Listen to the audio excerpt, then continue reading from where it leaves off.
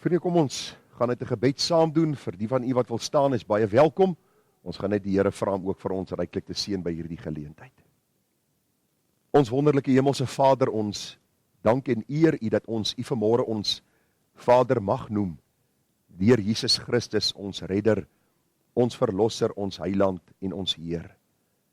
Baie dankie vanmôre dat ons saam kan wees in hierdie plek van aanbidding, en dat ons kan vra, Vader, dat u Christus sal verhoog deur die prediking van die woord, en dat mense na Christus getrek sal word.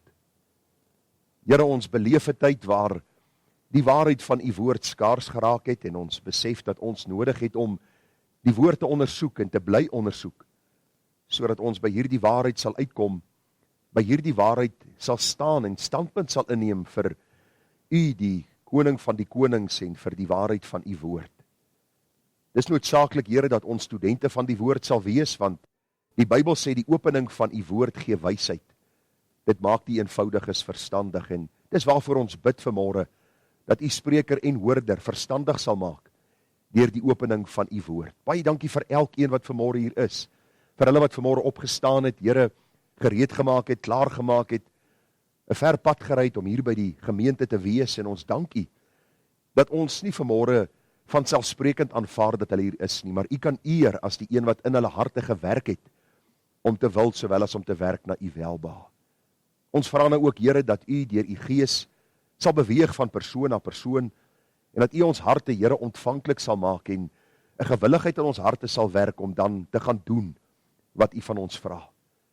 In hierdie week ook by die voorbereiding van hierdie boodskap het ek besef, Here, dis 'n uitdagende boodskap, maar hoe kosbaar dat selfs hierdie saak van Bybelse tug is iets wat u vir ons opgeteken het met die doel dat daar orde in 'n gemeente sal wees, en dat die heiligheid van God vooraan sal wees. Die kosbare naam van die Here geheilig sal word deur alles. Ag Here, ons bid vanmôre vir hulle wat behoefte het. Ons besef daar is mense wat vanmôre deur geweldige stryd gaan. Liggaamlik is hulle siek. Here, miskien stryd in die sin dat hulle 'n geliefde wat hulle aan die dood afgestaan het, Here, moet begrawe. Vir hulle wat, Here, deur al hierdie worstelinge gaan, ons wil vanmôre as gemeente vir hulle kom bid, en vra dat u hulle sal versterk met krag uit die hoogte, en dat hulle toevlug na u sal neem, ook in hierdie moeilike tye. En vir ons wat gesond is, Here, u woord sê vir ons, dra mekaar se laste, en vervul so die wet van Christus. Mag ons getrou vir hulle bid, en ag Here, ook so hulle kontak, en vir hulle verseker van ons gebede, en ons liefde, en ons omgee. Want Here, in hierdie wêreld is daar hierdie nood na eenheid, na samesyn, na liefde. Here, soos nog nooit van tevore nie. En daarom het ons as kinders van u, Here, nie net die verpligting nie, nie net die verantwoordelikheid nie, maar Here, ook hierdie liefde in ons harte wat ons dring, om soos u ander lief te hê, soos u ons lief gehad het. En nou vra ons, Here, dat u ook by hierdie geleentheid die waarheid van u woord sal seën, en dat u verheerlik sal word in ons midde. Gemeente, genade, barmhartigheid en vrede word vir u geskenk van God ons hemelse Vader, ook van ons dierbare Here Jesus Christus, en dit word kragtig menigvuldig deur die werking van sy Gees hier by ons. Amen. Dan sê vriende, ons is dankbaar dat ons die woord van die Here vanmôre kan oopmaak by Matteus die 18de hoofstuk. Nou, ons gaan vanmôre 'n bietjie praat oor die gedagte van Bybelse tug. Is dit reg of verkeerd? Waar is die liefde daarin? En u sal onthou, dit is 'n deel van 'n 3-reeks boodskap, 'n reeksie wat ons begin het met die gedagte van die lidmaatvoorstellingsformulier wat ons hanteer het, en toe het ons die week daarna bietjie gepraat oor Bybelse redes waarom ons deel van 'n gemeente moet wees, en dan vanmôre praat ons bietjie oor die tug. Tussenin het ons 'n kind gedoop, en ons is die Here ook dankbaar daaroor, en is die gebed van my hart dat u ook vanmôre die boodskap sal verstaan, ter harte sal neem en sal sien dat die hele skrif is deur God ingegee. Vriende, ons kan nie uit die woord kies wat ons wil en op ons lewens van toepassing maak wat ons wil nie. Die hele skrif is deur God ingegee. Ons verstaan nie alles soos ons dit behoort te verstaan nie, en ons sukkel baie keer met van die verklaringe in die Ou Testament, veral wanneer dit kom by die offers wat gebring is en sekere dinge wat die Here aan Israel opgedra het. Maar ek wil vir u sê dat as ons die skrif bly lees, gee die Heilige Gees vir ons wysheid om beter te verstaan, en ons sal sien dat die woord 100% van toepassing is op ons, relevant is vir ons dag en tyd, en ook wat hierdie saak van tug aan betref. Ek lees vir u uit Matteus 18, vers 15 tot 20. Daar staan, en as jou broeder teen jou sondig, gaan bestraf hom tussen jou en hom alleen. As hy na jou luister, dan het jy jou broeder gewin. Maar as hy nie luister nie, neem nog 1 of 2 met jou saam, sodat in die mond van 2 of 3 getuies elke woord kan vasstaan. En as hy na hulle nie luister nie, sê dit aan die gemeente. En as hy na die gemeente ook nie luister nie, laat hom vir jou wees soos die heiden en die tollenaar. Voorwaar ek sê vir julle, alles wat julle op die aarde bind, sal in die hemel gebonde wees, en alles wat julle op die aarde ontbind, sal in die hemel ontbonde wees. Weer sê ek vir julle, as 2 van julle saamstem op die aarde oor enige saak, wat hulle mag vra, dit sal dit ten deel val van my Vader, wat in die hemele is. Want waar 2 of 3 in my naam vergader, daar is ek in hulle midde. Die Here is besig om te praat hier, hy is besig om met sy disippels hierdie kosbare saak ook van tug deur te gee, dat hulle kan verstaan hoe die kerk van die Here Jesus moet werk en funksioneer, en sien ons ook vanmôre dat ons as gemeente nodig het om daaroor te praat as die 3de deel van hierdie reeksie oor lidmaatskap, oor wat is belangrik vir die kerk en die gemeente van die Here Jesus Christus. Ons tema of ons teks en oordenking vanmôre, vers 15 en 17. En as jou broer teen jou sondig, gaan bestraf hom tussen jou en hom alleen. As hy na jou luister, dan het jou broeder gewin. En as hy na hulle nie luister nie, sê dit aan die gemeente. En as hy na die gemeente ook nie luister nie, laat hom vir jou wees soos die heiden en die tollenaar. Die tema vanmôre dan, Bybelse tug. Is dit reg of verkeerd? En dan die vraag, waar is die liefde daarin? Bybelse tug, is dit reg of verkeerd? En dan, waar is die liefde daarin? Nou vriende, as ek vanmôre met u gaan praat oor hierdie gedagte van Bybelse tug, dan wil ek vir u sê, dis een van die mees gehate boodskappe in die kerk van die Here Jesus reg oor die wêreld. Ek dink die boodskap wat meer gehaat is as hierdie boodskap, is die boodskap oor die uitverkiesing. Mense haat die boodskap, want hulle is dan nie in beheer nie, want God is in beheer. En ek dink die een net na die uitverkiesing is die boodskap oor die tug, waar mense dan ook in opstand raak wanneer jy praat oor Bybelse tug of oor die gedagte van tug. Ek wil vir u sê, vriende, mens kan preek oor die feit dat ons sondaars is, en mense sal dit erken en sê, ek glo ek is 'n sondaar, want ek sien wat ek doen, en ek beleef wat ek elke dag in hierdie wêreld sien, en ek bely dat ek is 'n sondaar. Mense sal boodskappe oor redding na luister, hulle sal na boodskappe oor heiligmaking, dat ons meer moet word soos Jesus na luister. Die wederkoms is vir die meeste boodskappe wat hulle opgewonde maak, want almal gaan saam met die Here Jesus as hy kom, so reken die meeste. Maar as dit kom by die kerklike tug, dan is daar 'n ingebore opstand en rebellie, net oor die gedagte van die woordjie en dan die saak van kerklike tug.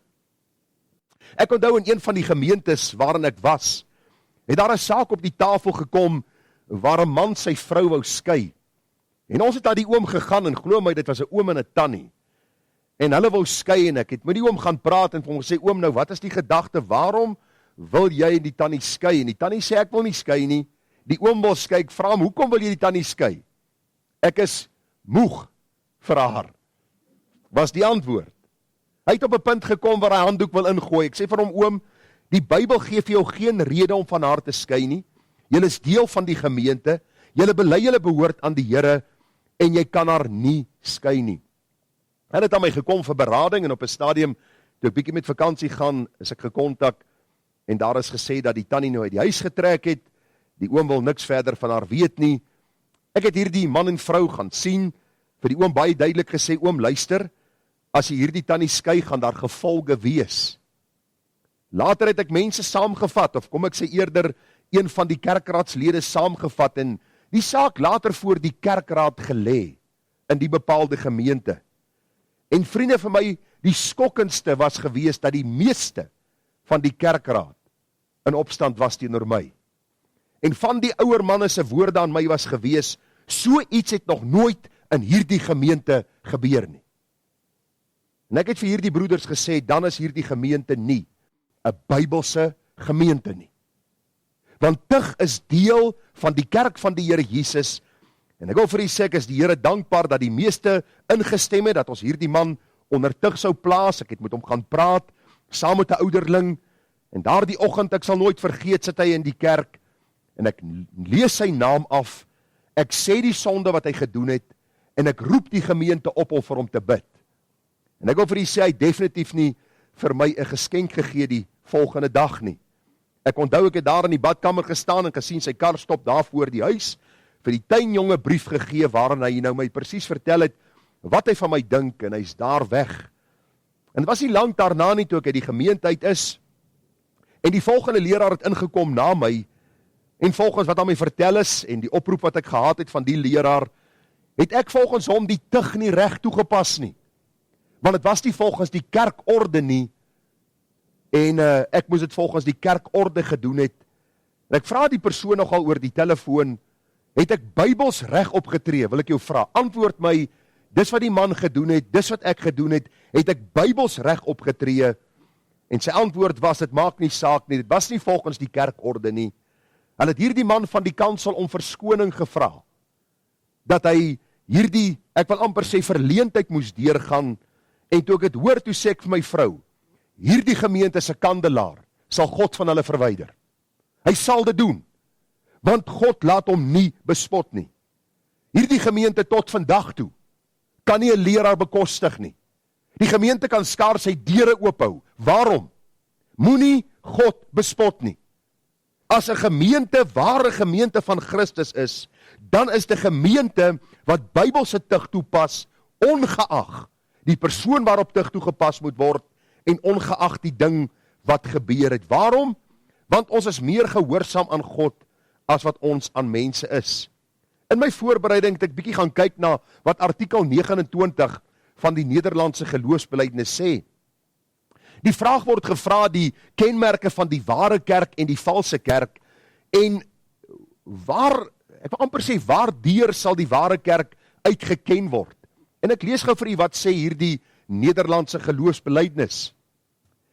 Daar staan, wanneer die kerk die evangelie suiwer preek, die sakramente suiwer bedien soos Christus het ingestel het, en die kerklike te gebruik om die sondes te straf. Kortom, wanneer almal hulle ooreenkomstig die suiwere woord van God gedra, alles wat daarmee in stryd is verwerp, en Jesus Christus as die enigste hoof erken. Hieraan kan ons met sekerheid die ware kerk uitken, en niemand het die reg om hom of haar daarvan af te skei nie. Verder sê hier die artikel, vervolgens aangaande die lidmate van die kerk, ons kan hulle uitken aan die kenmerke van die Christene, naamlik, hulle geloof dat hulle die enigste verlosser, Jesus Christus, aangeneem het, en dat hulle daarna die sonde ontvlug, die geregtigheid najaag, die ware God in hulle naaste lief het, nie na regs of links afwyk nie, en hulle sondige natuur met sy werke kruisig. En nou, wonderlik, hiermee sê ons nie, dat daar nie nog groot swakheid in hulle is nie. Inteendeel, deur die Gees stry hulle juis al die dae van hulle lewe daarteen, terwyl hulle altyd weer hulle toevlug neem tot die bloed, die dood, die lyding en gehoorsaamheid van die Here Jesus Christus, in wie hulle deur die geloof in hom vergewing van hulle sondes het. Dis my so mooi saamgevat, u sien, Bybelse tug is deel van die ware kerk van die Here Jesus Christus. Bybelse tug het juist die funksie en die rol om die kerk van die Here Jesus suiwer te hou. En die vraag wat ek vir myself gevra het, waarom is daar soveel opstand en ek wil amper sê, weerstand en teekanting teen Bybelse tug? As die Bybel vir ons leer en ook hierdie belydenisskrif vir ons leer dat dit juist deel van die ware kerk van die Here Jesus is. En ek het so 'n paar redes neergeskryf hier op my notas. Ek dink die rede waarom daar so baie teekanting teen kerklike tug is, en selfs onder mense wat in leierskap is mense, vriende, is oningelig oor die gedagte van Bybelse tug. Ons gaan vanmôre 'n bietjie daarna kyk. Daar is mense wat tug verwar met buitensporige, ek wil amper sê mishandeling toe hulle kind was, en die oomblik wanneer hulle die woordjie tug hoor, dan sien hulle dat iemand eintlik hulle op 'n manier wil mishandel, of wil verkleineer, of skade aan hulle wil doen. Daar is die wat as gevolg van rebellie en sonde in die hart te haat. Dan is daar die eiesinniges wat deel is van 'n gemeente. Die gedagte van selfliefde in ons tyd waar die mens prominent is en waar die Here eintlik ons diensknegt geword het, is tog eintlik 'n taboe. En dan is daar die weiering om in jou gesag te onderwerp.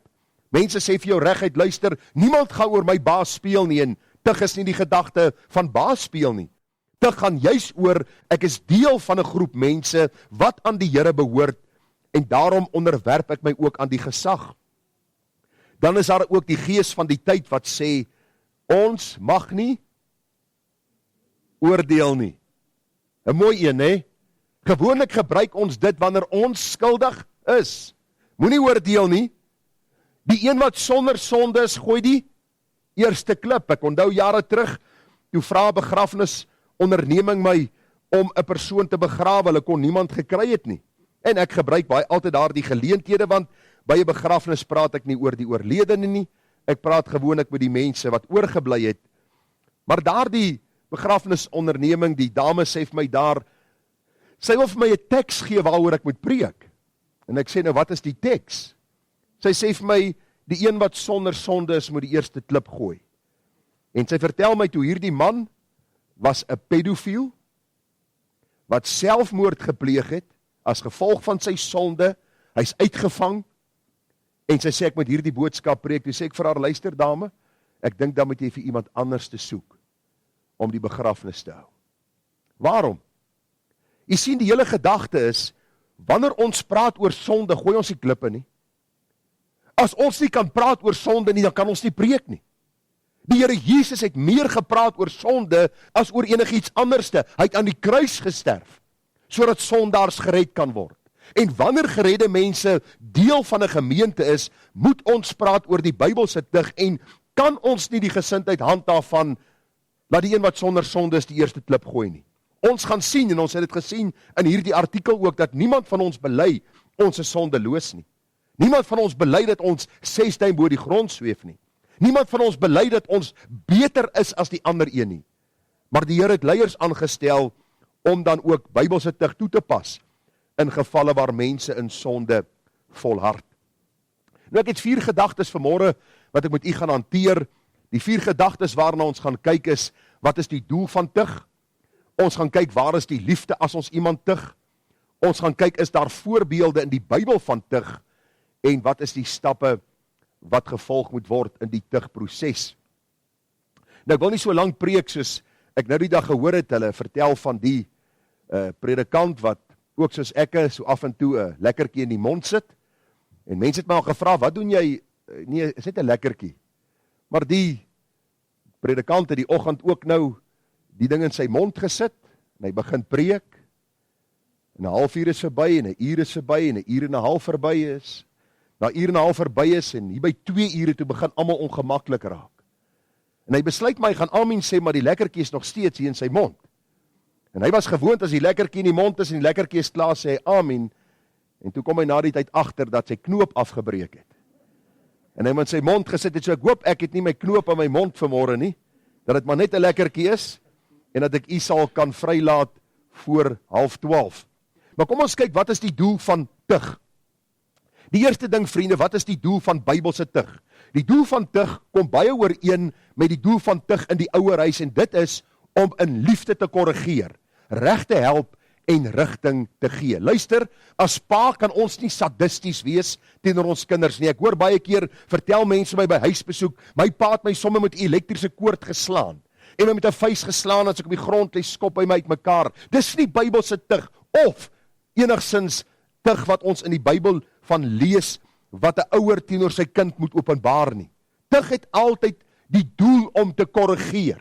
Daar is altyd die gedagte om regstelling te bring.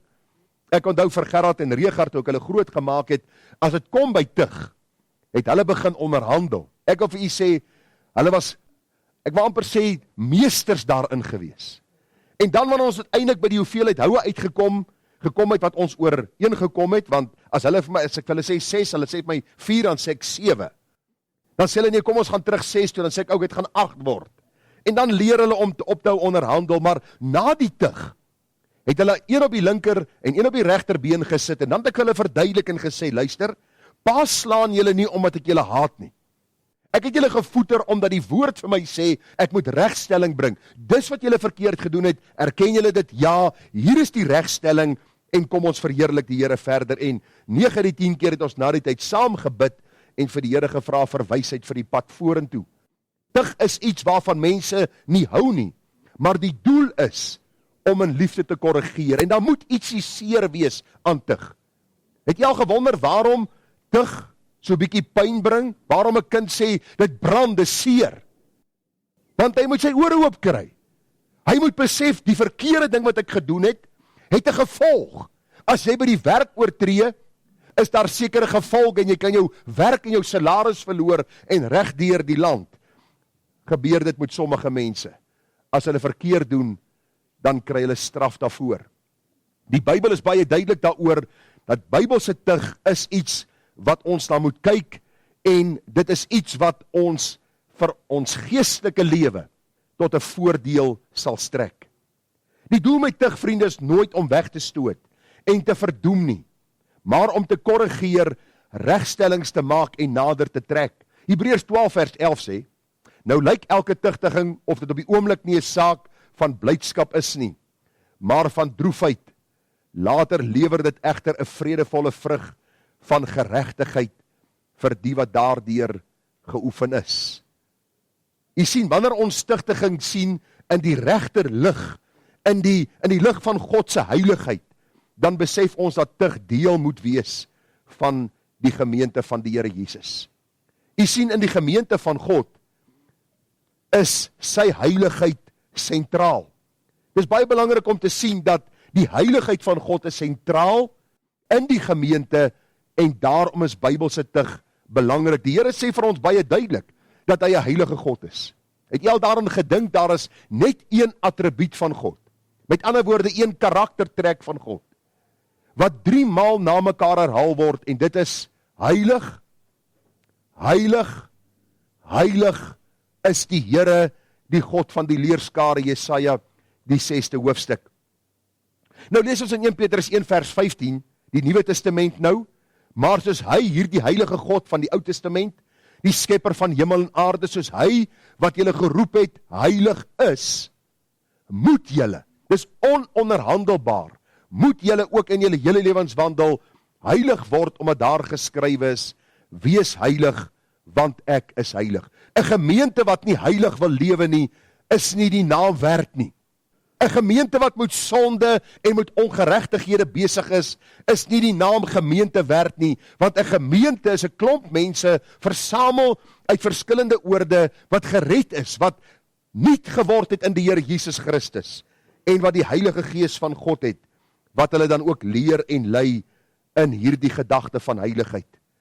Die kerk het absoluut verval in hierdie gesindheid van dat ons mense tevrede wil stel. Dit gaan oor mense se begeertes, dit gaan oor mense se idees, dit gaan oor selfvervulling, selfopheffing, selfliefde. En ag vriende, as ons kyk na die kerk van die Here Jesus, gaan dit oor die eer van God en oor die verheerliking van sy naam. Daarom hy is 'n heilige God, sy mense moet heilig wees, en daarom is tug uiters noodsaaklik vir heiligheid en die handhawing van goeie orde in die kerk, by gevalle waar mense hulle self skuldig maak aan voortgesette en aanhoudende sonde. Ek wil net vir u 'n vraagie vra, en u kan daaroor dink, so deur die loop van die oggend, en miskien ook wanneer u vanmiddag by die huis kom. Wil u weet waarom, of kom ek vra eerder so, waarom dink u word predikante vandag wat in sonde verval, vir 3 maande afgesit met vol salaris, en dan skuif hy na die volgende gemeente, en dan gaan hy aan met sy werk, en daar verval hy in sonde, en hy word geskuif na die volgende gemeente. Waarom dink u gebeur dit? Juist die probleem wat ek nou vir u genoem het, want die kerk van die Here Jesus is nie meer gestel op die heiligheid van God nie, want die meeste preek nie meer die woord van God nie, en gee nie meer om, of daar 'n goeie getuienis na buitekant toe uitgestraal word nie. Kerklike tug se doel is, die handhawing van goeie orde.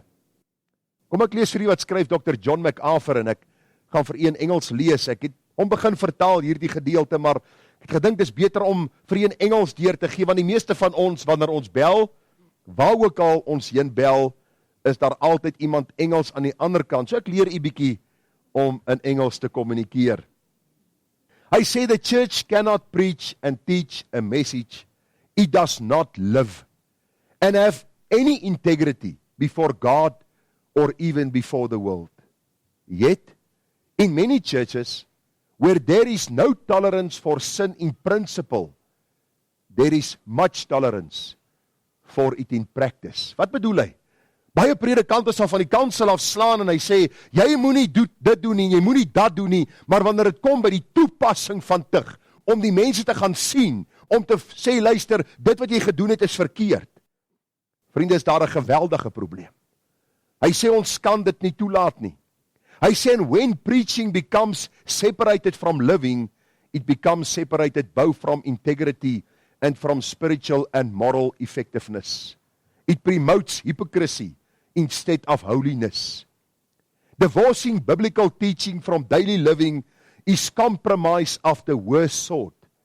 It corrupts the church, grieves the Lord, and dishonors His word and His name. Ek kom by 'n bepaalde gemeente aan op 'n stadium, en ek was 'n paar weke in die gemeente, toe sê mense vir my, sien jy daai ou? Hy was burgemeester van so en so plek gewees. Hy is in ons gemeente, maar hy tap nogal. Hy is eintlik 'n alkoholist en hy was al in die tronk daaroor gewees. Ek sê, hy's lidmaat hier, hulle sê, ja, ek sê, nou, wat het julle gedoen tot op hede? Julle vertel my nou van hierdie ou, wat het julle gedoen tot op hede oor hierdie saak? Nee, ons het hom maar in liefde hanteer en verdra tot op hede. Ek sê, dis goed, ek hoor dat julle sê, maar wat sê die Bybel? Hierdie selfe man kom die dag na my toe en hy sê vir my, luister, ek staan bekend as dronk, en hy noem sy naam. Hy sê, maar ek wil net vir jou een iets sê, ek drink glad nie meer nie. En ek sê vir hom, oom, is goed, ek hoor dat jy vir my sê. Ek sê, maar ek hoop nie jy vertel vir my leuns nie. Ek sê, maar daar is sekere Bybelse gevolge vir dit wat jy dan doen. Paar weke later bel sy vrou my, sy sê vir my, kom maak 'n draai by die huis. Ek kom nog daaraan, massiewe groot huis, ek stap na die onderste sitkamer toe, en daar sit ek en ek wag, en ek wag, en ek wag, en ek wag. Dink dit was 'n uur later, toe kom die man daaraan. Dieselfde een wat vir my gesê het, luister, ek is nie hierdie dronk ou nie. En hy kom sit daar in die hoek, ek sal nooit vergeet nie, sit hy in die hoek van sy sitkamer, en hy kyk my uit, en hy sê vir hom, oom, jy weet waarom ek hier is. Ek sê, jy weet, jy het vir my gesê, jy drink nie meer nie. Dis 'n lang tyd in die gemeente wat jy so aangaan. Ek is net hier om vir jou te sê, dat ons gaan tug op jou toepas. Ek sal nooit vergeet hoe hy my daar geskel het, en sleg gesê het, en ek sê vir hom, oom, jy kan sleg soos jy wil. Die Bybel sê, as jy bely is 'n kind van die Here, en jy's deel van 'n gemeente, wat bely hulle is lief vir die Here, kan jy nie aangaan, soos jy aangaan nie. Ek is daar weg, en ons het die tug toegepas op hom. Hy het bedank uit die gemeente, en toe gaan hy na die volgende gemeente, wat hom met ope arms ontvang het. En in die dorpie waar ek was, het hulle almal vertel van hierdie ongenaagbare predikant, van hierdie kerk, en hoe liefdeloos hy is, en ek sal nooit vergeet nie, 'n paar maande later, bel dieselfde oom my. Hy sê, kan ek asseblief weer kerk begin bywoon by jou? Ek sê, oom, jy is welkom. Nie meer as lidmaat nie. Kan kom bywoon, ek kan nie 'n besoeker wegwys by die gemeente nie. En in ons gesprek sê hy vir my, luister, ek is die Here dankbaar, dat daar nog gemeentes is wat opstaan vir die waarheid. Paar maande later is hy dood. Waar begrawe kom? In een van die groot gemeentes in daardie dorp. Met die klomp massas wat daar sit, omdat hy burgemeester was. En waaroor kon ek preek? Oor die Here Jesus Christus, en dat hy kan vrymaak van sonde. Wat probeer ek vir u sê, vriende? Die oomblik wanneer ons waarheid vrymaak van die toepassing daarvan, die oomblik wanneer ek die Bybel lees, en ek doen nie wat die Bybel sê nie, is ek besig eintlik met een of ander veeverhaal, en sal die kerk van die Here Jesus nie kan groei nie. Kom ons kom by die tweede gedagte uit. Die vraag is, waar is die liefde as ons iemand tug? Die Bybel sê in 1 Korintiërs 13:4, die liefdeshoofstuk in die Bybel. Die liefde is lankmoedig en vriendelik. Die liefde is nie jaloers nie, liefde praat nie groot nie, is nie opgeblaase nie. Handel nie onwelvoeglik nie, soek nie sy eie belang nie, word nie verbitterd nie, reken die kwaad nie toe nie, is nie bly oor die ongeregtigheid nie, maar is bly saam met die waarheid. Baie interessant is, as jy jou eie besigheid het en jy kom agter dat die persoon wat jou finansies doen is besig om te steel van jou. Wat gaan jy doen? Om uitvat vir ontbyt en vir hom sê, luister, kom ons verdeel net daai geld wat jy steel. Ek wil die helfte hê en jy kan die ander helfte vat. No problem, ons is lief vir mekaar. Jy sal vir my sê, jy klits kwyt. Ek sal hom dadelik aanspreek, want ek ly verlies. In die kerk van die Here Jesus werk dit presies dieselfde. Ons kan nie mense wat in 'n houdende sonde bly voortlewe, die naam van die Here en die naam van die kerk van die Here Jesus skade aandoen, maar net laat bly begaan in hulle sondes nie. Daarom baie belangrik, weer 'n keer, Dr. John MacArthur skryf, hierin het ek vir u vertaal, hy sê liefde wat wink, na en kompromie aangaan met sonde, is meer besorg oor 'n nagemaakte kalmte en vrede in die gemeente, as oor die reinheid en die eer van God. Liefde wat sonde akkommodeer, is geen liefde nie, maar 'n wêreldse sentiment. So liefde is nie die liefde van God nie. En dan sê hy, to preach love apart from God's holiness is to teach something other than God's love. Vriende, in die jare in die bediening het ek al hierdie hartseer verhaal oor en oor gesien. In huishoudings sal ek vir ouers sê, luister, jy moet daai kind tugtig. Jy sal met daai kind moet praat. Daar moet sekere dissipline wees vir daai kind. Hy kan nie maak wat hy wil nie. En ouers laat hulle begaan en later sit hulle met hierdie hartseer gevolge. In gemeentes presies dieselfde. Sonde wat geakkommodeer word, is sonde wat soos 'n kanker deur 'n gemeente versprei en die hele gemeente besoedel. Daarom is dit baie belangrik dat ons al sien dat tug is noodsaaklik sodat ons die naam van die Here kan eer en die kerk van die Here Jesus ook rein kan hou. Spreuke 3 vers 11 sê, my seun, verag die tug van die Here nie en laat sy kastyding nie jou weersin wek nie. Want die Here tugtig hom wat hy lief het. Hy tugtig hom wat hy lief het. Ja, soos 'n vader die seun in wie hy behaag. As ek vir Calvin haat, dan sal ek nie met hom praat oor sy verkeerde dade nie. Ek sal hom nie tugtig nie. Ek sal hom laat begaan en sê, seun, volg jou hart. Just follow your heart. Die meeste wat hulle hart volg, beland in die boosheid en in die sonde waarmee ons vandag sit.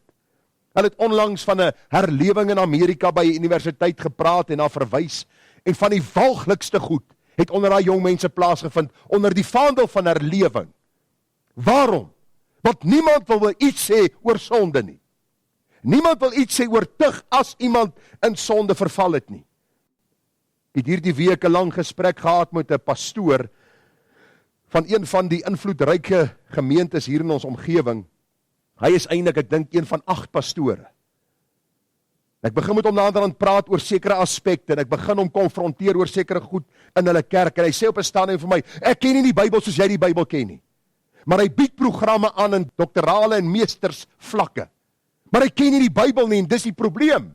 Want jy sien, hierdie een is geskei, en daai een is geskei van sy vrou, en hierdie een het gehoreer met die ander vrou. Hulle almal is pastore en profete en predikante, en hulle wil vir almal sê wat om te doen.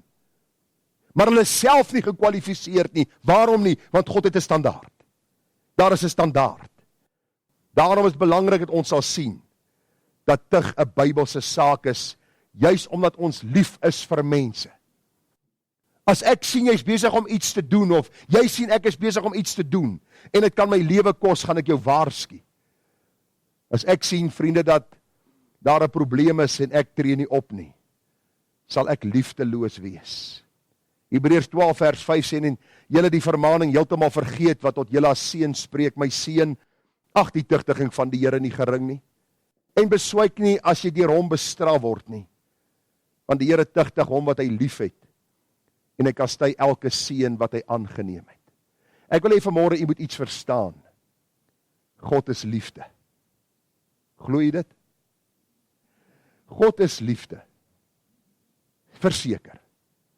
Maar sy liefde tugtig ons soms. En as die gemeente en die leiers in die gemeente vir jou lief is, dan sal hulle ook tug toepas wanneer hulle sien, dat jy buite die orde gaan van die Bybel en buite die orde van heiligheid, soos die Bybel dit vir ons noem. As jy liefdevol wil optree teenoor jou kinders, teenoor jou familie, teenoor jou vriende, teenoor jou mede-Christene, dan is dit nodig om te praat oor die gedagte van liefdevolle tug. Spreuke 13:24. Wie sy roede terughou, haat sy seun, maar hy wat hom liefhet, besoek hom met tugtiging. Hy wat hom liefhet, besoek hom met tugtiging. Ek moet sê, in die jare wat ek in die bediening is, het ek seker so 8-9 sake gehad, waar ek tug moes toepas, en ek wil vir u sê, die beste, of die mees Bybelse reaksie het ek gekry van die man wat ek begrawe het, wat in alkoholisme vasgevang was. Daar was mense gewees, vriende, wat vooraanstaande mense in die gemeente was, en op 'n stadium toe ek met hulle dogter praat oor sonde. Die dogter, toe bedank van die ouma grootjie, sy agterouma grootjie, hulle het in hulle geslagte terug bedank, tot die geslagte vorentoe. Want jy durf nie met ons praat, of met ons dogtertjie, wat 'n regte, ek wil nie sê die heks van Endor nie, maar baie naby was. En dit kom uit 'n eie man se mond. En daarom sê ek net vir u, as ons in liefde tug, en daar is 'n gesindheid van rebellie, weet jy waarop dui dit? Dat jy die Here nie ken nie. Want liefdevolle tugtiging bring altyd in jou hart 'n swaarmoedigheid. Dis daar die bewussyn van wat Dawid sê, ek voel my sonde in my wese, en die enigste manier hoe ek ontslae kan raak daarvan is deur vergifnis, en deur om herstel te bring. Handelinge 20:28, gee dan ag op julleself en op die hele kudde, waaroor die Heilige Gees julle as opsieners aangestel het, om as herders die gemeente van God te versorg, wat hy deur sy eie bloed gekry het. Versorging vind plaas, 'n herder versorg sy skape. 'n Herder gaan nie sy skape in die gevaarsone invat nie. Hy het 'n staf en hy trek daar die skapie terug. Waarom? Want hy weet, as hy verder beweeg op hierdie pad, gaan homself vernietig. Die Here koop mense met sy bloed. Hy maak hulle deel van die gemeente. En omdat hulle deel van die gemeente is, versorg die leiers hierdie skapies, sodat hulle in sonde nie verval en hulle lewens deurboor met smarte nie. Vriende, versorging sluit alle areas in, ook die tug van die Here in die geval van sonde. Daarom 2 Timoteus 2:25, hy moet die weerspanniges in sagmoedigheid teregwys, of God hulle nie miskien bekering sal gee tot die kennis van die waarheid nie, en hulle weer nugter kan word, vry van die stryk van die duiwel, nadat hulle deur hom gevang was om sy wil te doen. Ek wil net so opmerking maak, dan gaan ons aangaan. Die meeste van ons, ek sluit myself in, wil voorgee, ons is heiliger as wat ons werklik is. En as ietsie van ons sonde na vore kom, dan is ons dadelik in opstand. Nie omdat die sonde aan die lig gekom is nie, maar omdat ek uitgevang is oor die sonde, en het nou aan die lig gekom het. Die hele gedagte van die kwessie, ek is uitgevind. En daarom wil ek vir u sê, vriende, dis belangrik dat ons sal sien, die duiwel kan ons weer in sonde mislei. Hy kan.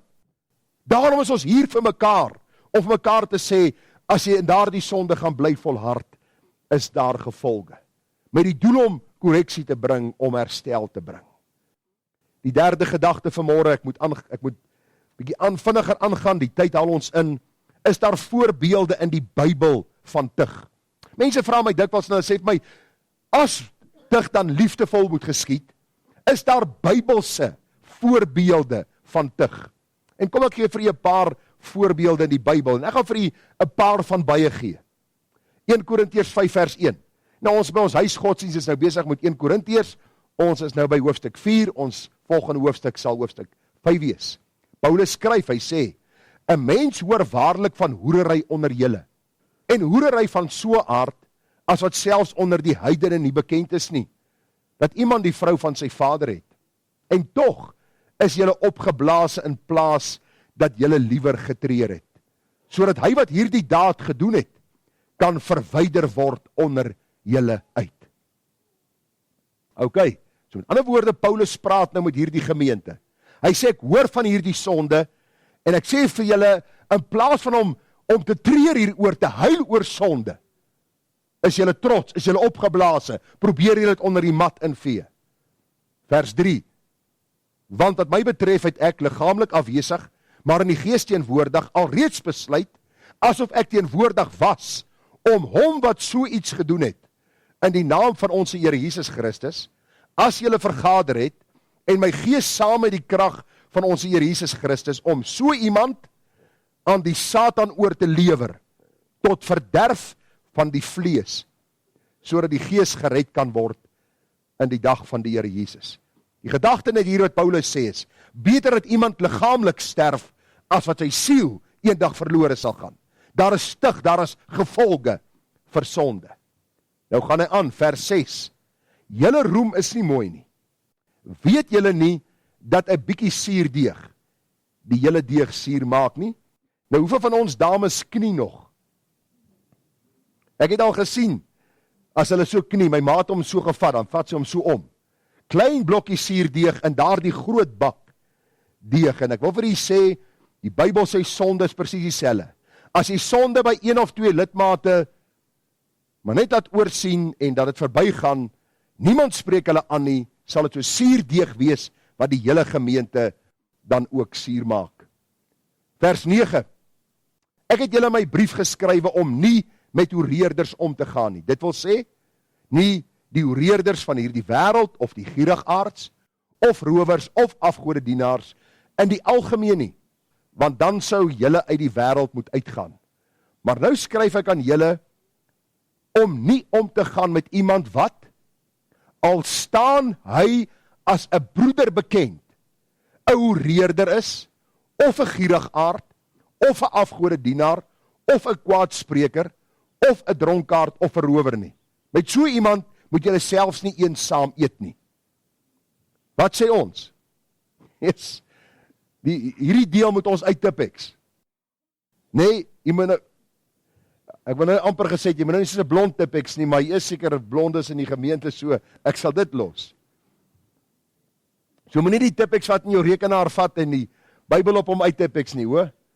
Want jy hom weer aansit, gaan na 'n ander gedeelte opwees. Maar die gedagte is, ons kan nie hierdie gedeelte uitskryf nie. Jy moenie eens saam met hulle eet nie, want waarom sou ek ook die wat buite is oordeel? Oordeel julle nie die wat binne is nie, maar die wat buite is oordeel God. Verwyder tog die slegte mense onder julle uit. So tyd terug het ek uitnodiging gekry van 'n man wat in die bediening staan, uit sy vrou, ek weet nie hoeveel keer verneek met ander vrouens nie. En hy kontak my en hy sê vir my, sal jy nie by my mannedag optree nie? Sê ek vir hom, nee. Hy het eers gesê, ek sien, ek is nie meer op jou WhatsApp nie. Ek dink hy het my geblok. Hy het deur my vrou 'n boodskap gestuur via Facebook. Dink ek is beter as hy? Nee, ek kan ook val. Ek weet dit. Maar hy weet hy mag nie meer in die bediening wees nie. Hy weet dit. Want sy aanhoudende sonde, sê die Bybel, het hom gediskwalifiseer. En as ek by sy mannedag gaan optree, vereenselwig ek my, sê ek vir mense, dit maak nie saak wat die standaard is nie. Ons kan maak in die kerk van Jesus net wat ons wil. En dis die probleem van ons tyd. Almal maak wat hulle wil, niemand sê meer iets nie. Bybelse tug is nie maklik nie. Maar dit gebeur in liefde, met die doel dat iemand hulle kan bekeer. Ek lees vir u wat staan in 1 Timoteus 1 vers 18.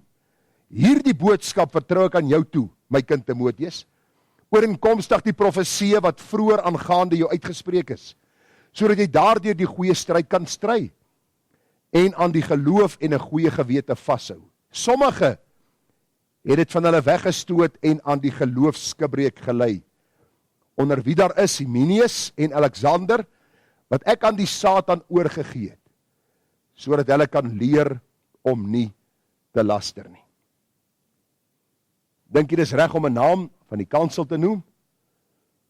Paulus het dit genoem in geskrifte, wat ons vandag nog lees. In daardie tyd het almal geweet wie Hymenaeus en Alexander is, en die gemeente het gesê, ons kan nie verder met hulle assosieer nie, want hulle bly in sonde voortlewe. Die Bybel leer vir ons baie duidelik dat tug, vriende, 'n Bybelse ding is. Nog een vers. 2 Tessalonisense 3:6. Ons beveel julle broeders in die naam van ons Here Jesus Christus, dat julle onttrek aan elke broeder wat onordelijk wandel, en nie volgens die oorlewering of die woord van God, wat deur die apostels oorgelewer is, wat hy van ons ontvang het nie. As jy nie volgens hierdie woord wil lewe nie, dan kan jy nie deel van die gemeente wees nie. Is die gemeente 'n versameling van sondeloos volmaakte mense? Ek hoor, nee, ons is nie sondeloos volmaak nie, maar ons is 'n versameling van mense wat gered is uit genade en nou heilig wil lewe voor die Here. Romeine 16:17, Paulus sê, en ek vermaan julle broeders, hou hulle in die oog wat tweedrag en aanstoot veroorsaak teen die leer wat julle geleer het en vermy hulle.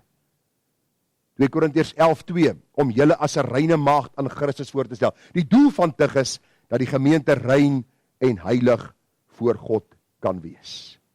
Ons kom by die laaste gedagte. Wat is die stappe wat gevolg moet word? En hier is 4 punte.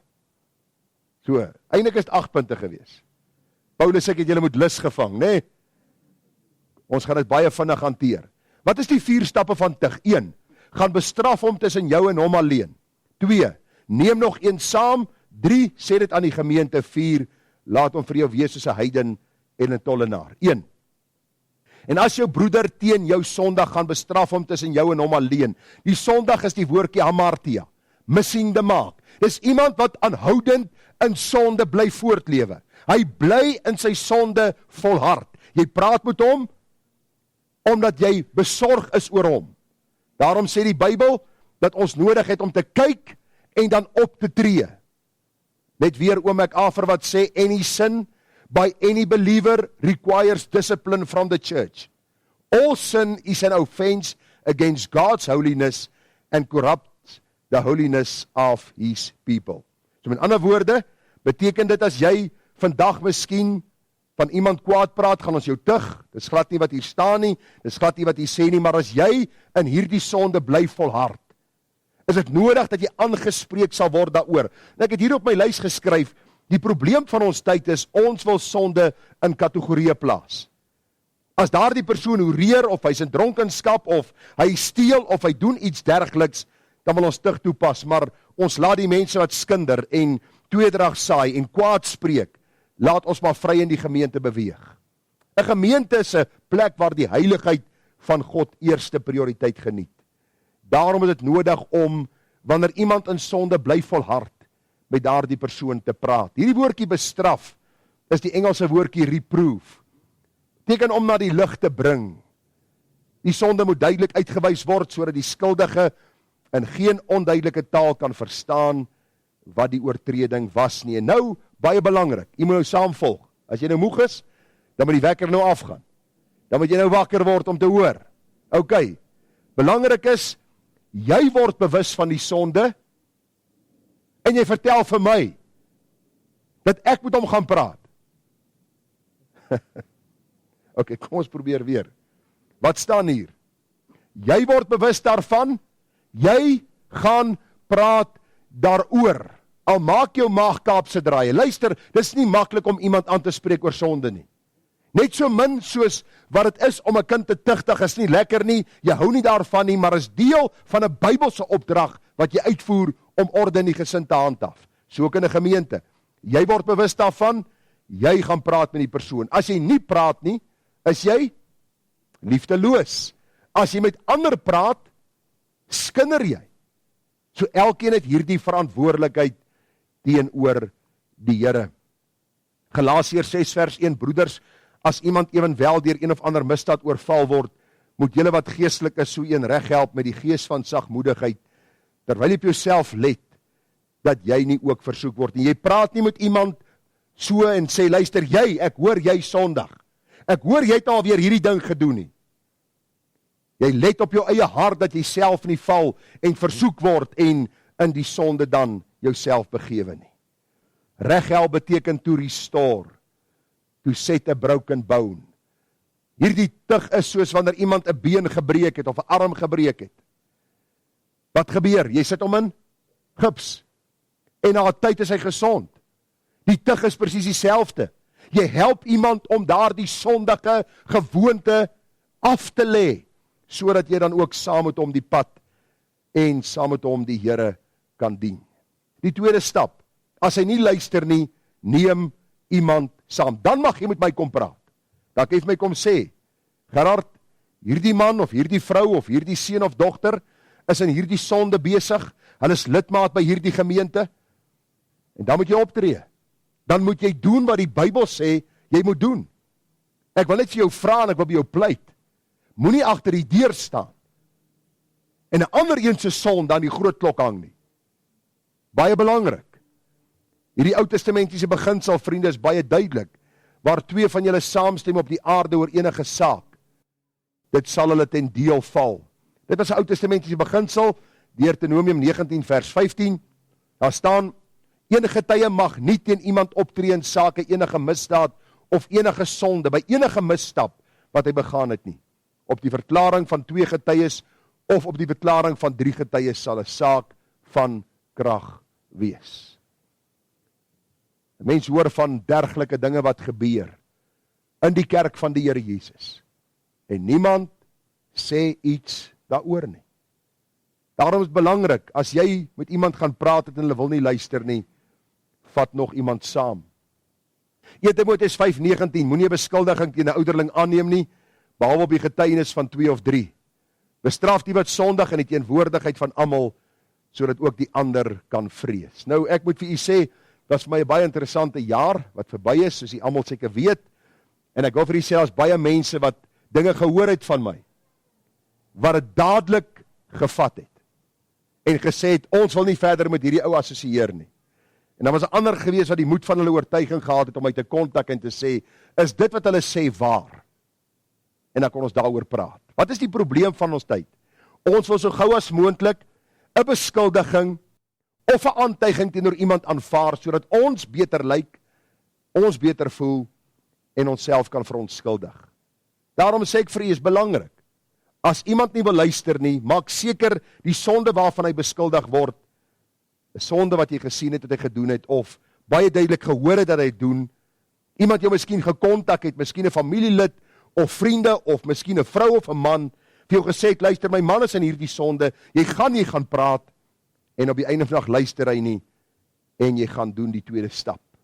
Onthou, belangrik, dat 'n mens hierdie gesindheid van die Here Jesus moet openbaar. Die derde stap, as hy nie luister nie, sê dit aan die gemeente. Dis wat ek gedoen het, by 'n paar van my gemeentes, waar ek name afgekondig het, en die sonde wat hulle gedoen het, en ook vir mense gesê het, as hulle bedank het, die rede waarom hulle bedank het, was nie omdat hulle ongelukkig was met die gemeente, of met iets wat gebeur het nie, maar omdat hulle in sonde verval het. Die gemeente moet aanhoor, en dan die oortreder met die woord en waarheid konfronteer, met die doel op restaurasie en herstel. Daarom moet 'n gemeente heiligheid as prioriteit beskou in die leer en wandel. Sonde moet aangespreek word en nie verdra word nie. 1 Korintiërs 6 vers 1. Durf iemand van julle wat 'n saak teen 'n ander het, gaan regsoek voor die onregverdiges en nie voor die heiliges nie? Weet julle nie dat die heiliges die wêreld sal oordeel nie? En as die wêreld deur julle geoordeel word, is julle dan onbevoeg vir die geringste regsaake?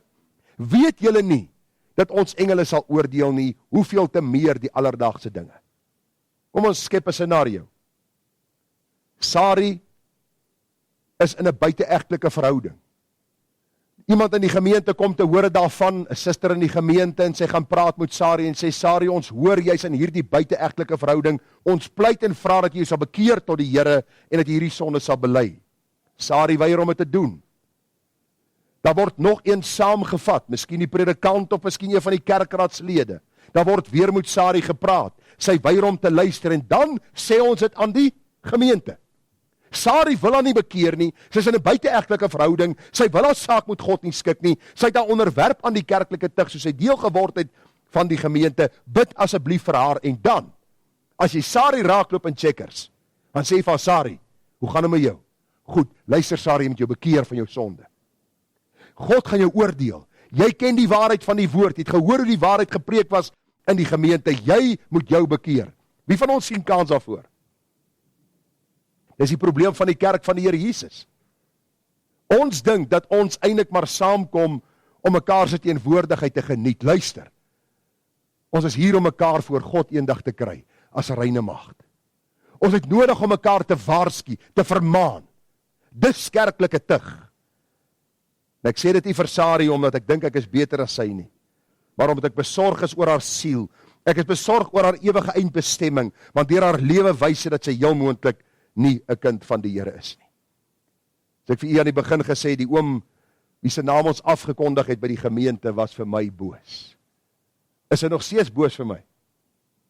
Inteendeel. Hy het my nou dag gekontak en gevra of ek nie een van sy geliefdes wil begrawe nie. Dis dig. Dig se doel is dat mense kan sien, hierdie gemeente staan nog vir iets. Vir iets. En is die waarheid van die woord. Nie 'n opinie nie, nie 'n kerk se opinie nie. En die oomblik wanneer jy tug wil toepas, is al die predikante en al die kerkraad op jou nie. Nee. Dit gaan oor, ons is hier vir God se heiligheid. Ons is hier om sy naam te verheerlik. En dis die kosbaarheid. Ons gaan eendag engele oordeel. Kan ons nie die geringe sake hanteer nie? Die laaste punt is seker een van die ergstes, en ons gaan nou daarby uitkom.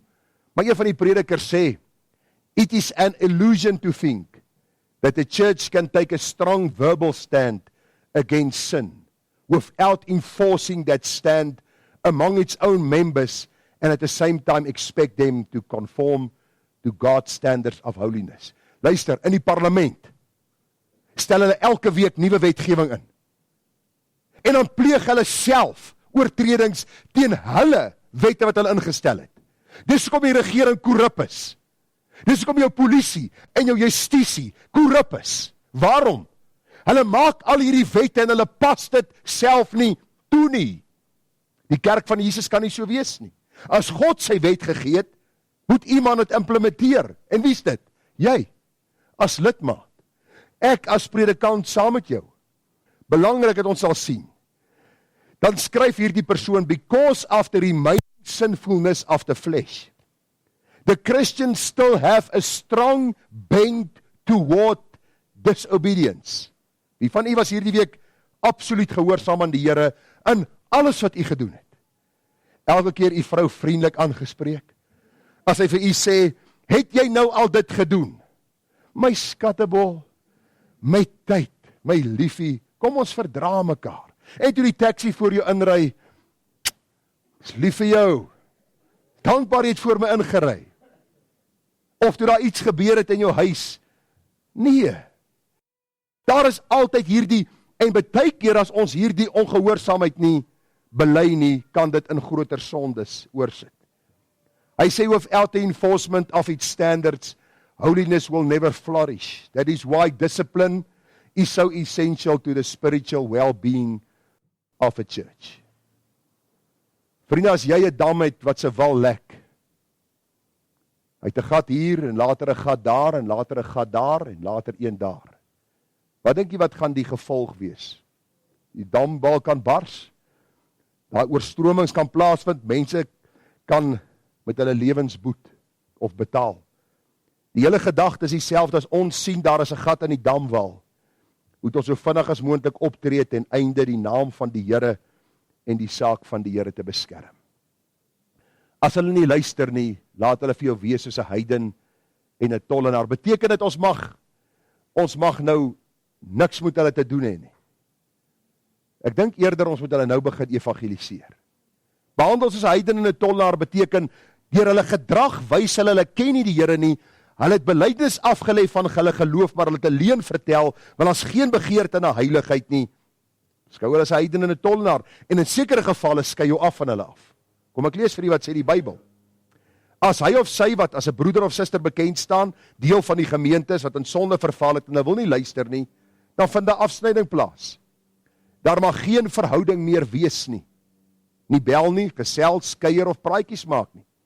Dit wek simpatie op in plaas van berou. Weet jy wat gebeur in die gemeente? Kom ek vertel jy uit die ervaring wat ek het in die afgelope 25, 26 jaar, van my kweeskooljare af, en predikante wat nie mee praat. Jy sal met suster so of broer so praat oor hulle sonde. Wat doen hulle? Hulle weet wie die ouens is wat nie van die predikant hou nie, man. Hallo, sorry. Wat's fout? Ja, ek wil nie daaroor praat nie. Nee maar, dit klink of daar iets geweldig fout is by jou. Ja, dominee in die kerkraad was hy so. Hulle is so liefdeloos. Ek het met hierdie probleem wat ek mee sukkel, is nou 'n probleem, is nie meer sonde nie. Ek sit met hierdie probleem en ek stoei daarmee en ek soek hulp oralste en ek het al hoeveel keer gevra moet kom besoek, hy het nooit hier uitgekom nie. En jy sit aan die ander kant en jy dink die skerminkel. Dat ek deel is van sy gemeente nog. Sondag is ek nie daar nie. En ek volgende Sondag ook nie daar nie. Ek sal hom baie mooi vertel wat ek van hom dink as ek hom sien. Dat hulle nog nie 'n woord met die leiers van die gemeente gepraat nie. En dis presies. Daarom is dit noodsaaklik as daar iemand is wat aangespreek word oor sonde. Iemand se naam is wat afgekondig word. Moet ons nie simpatie gee nie. Ons kan met hulle gaan praat en as hierdie mense in sonde bly aangaan, vriende, daardie kommunikasie verbreek. Vermaan in alle erns en oortuiging tot eer van die Here. 2 Tessalonisense 3:14. En as iemand aan ons woord in hierdie brief nie gehoorsaam is nie, teken die man en hou geen gemeenskap met hom nie, sodat hy skaam kan word en beskou hom nie as 'n vyand nie, maar vermaan hom as 'n broeder. So daar kom tyd wat jy hom vermaan as 'n broeder, waar jy vir hom sê, luister, dit wat jy doen is verkeerd, en jy beter jou bekeer tot die Here. Dr. Gill Wright skryf, hy sê, the pattern is unmistakable and undeniable. It is described in several places in Scripture. A believer who lives in sin must be cut off from association with believers. It is hard to do, but it is the biblical pattern of maintaining or for maintaining the purity of the church and the manifesting Christian love. Ons dink nie dis liefdevol nie, maar dis liefdevol wanneer tug toegepas word. Wanneer ons nie tug toepas nie, vriende, en mense beland eendag in die hel, wat gaan die gevolg dan wees? 'n ewigheid sonder die Here Jesus. Wie van u het in hierdie week gedink aan die hel? Eerlik. Aan 'n plek van vuur en swaal waar die Here sy toorn gaan uitgiet op die sondaar en hy gaan vir ewig in die smarte van die hel wees. As ons aan hierdie saak begin dink, sal Bybelse tug vir ons nie te moeilik wees nie. En ek sluit nou regtig af. Voor ek onder tug geplaas word. 2 Tessalonisense 3 vers 6. Ons beveel julle broeders in die naam van ons Here Jesus Christus, dat julle onttrek aan elke broeder wat onordelik wandel, en nie volgens die oorlewering wat hy van ons ontvang het nie. En as iemand aan ons die woord in die brief nie, en as iemand aan ons woord in hierdie brief nie gehoorsaam is nie, teken die man en hou geen gemeenskap met hom nie, sodat hy skaam kan word. Ek wil jou gou 'n vraag vra. Is dit vir u aangenaam om saam met ander kinders van die Here hier te wees? Ja. Sonde maak jou skaam om deel van die heiliges te wees. En as jy in jou sonde volhard, gaan jy die res van die gemeente besoedel. Daarom is dit belangrik dat ons ook die liggaam van die Here Jesus sal beskerm. Daarom moet hy skaam word oor sy sonde en hom bekeer tot die Here.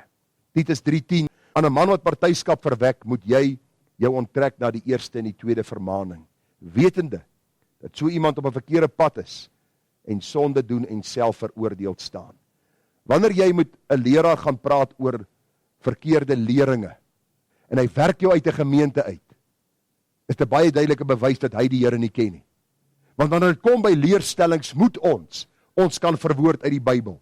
En gewoonlik wanneer jy met iemand praat daaroor of hulle praat met jou, is daar gou 'n ooreenkoms wat bereik word, want die skrif is die standaard. Maar wanneer jy oor elke ding met almal 'n fete het, dan is hierdie ding nie reg nie, en dan irriteer hierdie ding jou, en ons hou nie van daai kleur van die blomme nie, en hierdie kleur van die stoele is nie reg nie, en jy preek te lank, jy preek te kort, jy preek te hard, jy preek te sag, die susters gee lekker eetgoed, hulle gee te min eetgoed, hulle gee te veel eetgoed, dan is jy een wat eintlik tweedrag in die gemeente saai, en die Bybel sê, vermaning, en dan afsnyding. Romeine 16:17. Vermaan julle broeders, hou hulle in die oog wat tweedrag en aanstoot veroorsaak teen die leer wat julle geleer het en vermy hulle. Want sulke mense dien nie ons Here Jesus nie, maar hulle eie buik, en hulle verlei deur hulle vriendelike en mooi woorde die harte van die eenvoudiges. 'n Laaste getuienis, ek staan vanmôre voor u, en ek sê vir u, toe die ding met my begin het by die vorige gemeente of kerk waarin ek was, haal ek vir die broeders van die ring hierdie verse aan in Matteus 18. Ek vra vir hulle, waar is my beskuldigers? Wat my beskuldig dat ek teen die leer optree. Waar is hulle? Hoekom kom praat hulle nie met my in my huis nie? Hoekom doen hulle nie wat die Bybel sê nie? Hulle antwoord as gewees, jy verstaan die Bybel verkeerd. Nie voor my nie net voor my vrou nie, voor my hele kerkraad. Jy verstaan die Bybel verkeerd. Ek vra hulle, verduidelik dan vir my wat hierdie gedeelte beteken. Nee, dit gaan oor persoonlike goed, nie gemeente goed nie. En jy sien, dis hoe ons die Bybel soos hierdie balle kan begin op en af gooi. En ons probeer dit op die einde van die dag nie laat val nie, wanneer ons die skrif op verkeerde manier wil verklaar. Wanneer ons 'n probleem met iemand gaan praat met hom. Wees mans genoeg om te praat. Is 'n jaar later nog nie een was in my huis om met my te praat oor die dinge van die skrif waarmee ek nie saamstem nie. Nie een nie. Waarom nie? Want die skrif bly die autoriteit. En as jy goed op papier het wat nie ooreenstem met die skrif nie, dan wil jy nie met iemand daaroor praat nie. Tug is noodsaaklik wanneer jy uit die skrif gewys word.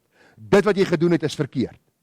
En tug is aanvaarbaar en tug is 'n liefdesdaad wat verrig word wanneer die skrif die finale sê het en ons volgens die woord optree. Daarom roep ek jou op as gemeente vanmôre om ook hierdie tug te sien as iets wat liefdevol aan 'n ander een gekommunikeer moet word.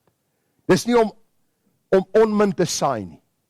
Maar ek wil vir u sê, een van die groot redes waarom die kerk in die toestand is waarin dit is omdat tug agterweë gebly het. 'n Kerk sonder tug is 'n valse, nie Bybelse, nie Godvreesende kerk.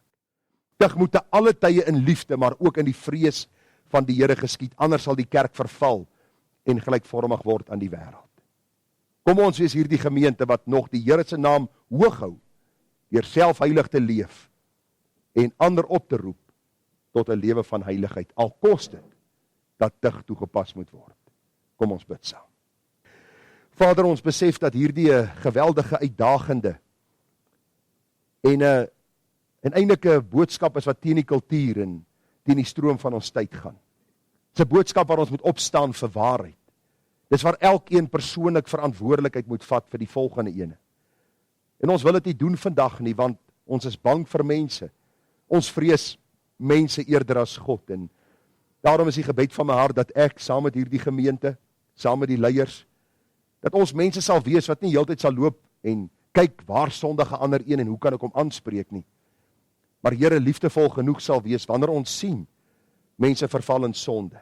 Of dit nou groot daadsonde is en of dit nou eenvoudig ontrouheid is, of dit nou miskien iets is waarin hulle val wat hulle wandel met U aanbetref, dat ons die moed van ons oortuiging sal hê om hulle te bel en te sê, luister my broer, my suster, ek sien hierdie ding in jou lewe, of ek sien dat daar nie getrouheid by jou is, by die gemeente, of waar ook al nie.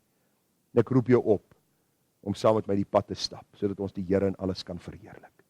Geef vir ons liefde in hierdie saak, Here, 'n gees van sagmoedigheid en selfbeheersing, dat ons nie soos diktator sal optree nie, maar in liefde tot eer van U naam. Amen.